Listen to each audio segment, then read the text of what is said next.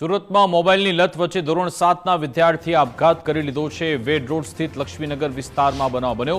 મનપાની શાળા નંબર 331માં અભ્યાસ કરતો હતો વિદ્યાર્થી। મોબાઈલમાં સતત વ્યસ્ત રહેતો હતો વિદ્યાર્થી। જો કે વાલીએ મોબાઈલને લઈ ઠપકો આપતા તેણે આપઘાત કરી લીધો છે, જેના કારણે પરિવારમાં શોકનું મોજું ફરી વળ્યું છે। તો એક મોબાઈલ હવે માસૂમ બાળકના જીવ પણ લઈ રહ્યો છે। મોબાઈલની એવી લત લાગી કે તે સતત મોબાઈલમાં વ્યસ્ત રહેતો।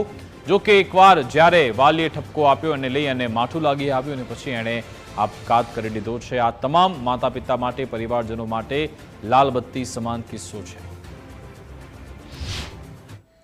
એને જરાક મેન્ટલી રીતે પ્રોબ્લેમ હતો, કોઈ બોલે ને તો સહન નહીં થતું હતું ને ગુસ્સાવાળો વધારે હતો। કોઈ મમ્મી પપ્પા બી ખીજવાય ને તો એનો વિરોધ જ કરતો હતો। કયા ધોરણમાં ભણતો હતો? 7મા ધોરણમાં। અને કયા વિસ્તારમાં રહેતા હતા? લક્ષ્મીનગર। બહુ જ દુઃખની વાત છે અને આમાં બંને જનરેશન્સમાં ગેપ બહુ જ વધી રહ્યો છે। છોકરાઓ બધા આ ઉંમરના છોકરાઓને મા બાપ જાણે કે દુશ્મન હોય એવું જ લાગે છે અને એ લોકોમાં કોઈ પેશન્સ નથી રહી કે કોઈ ટોલરન્સ નથી રહી કે કંઈ પણ સહન કરી શકે કે કોઈ એવી વેલ્યુ સિસ્ટમ નથી રહી। કંઈ એવું નથી કે ભાઈ મા બાપે આટલું નથી આપતા તો કેટલું આપેલું છે એના માટે કંઈ ગ્રેટફુલનેસ હોય એવું પણ નથી।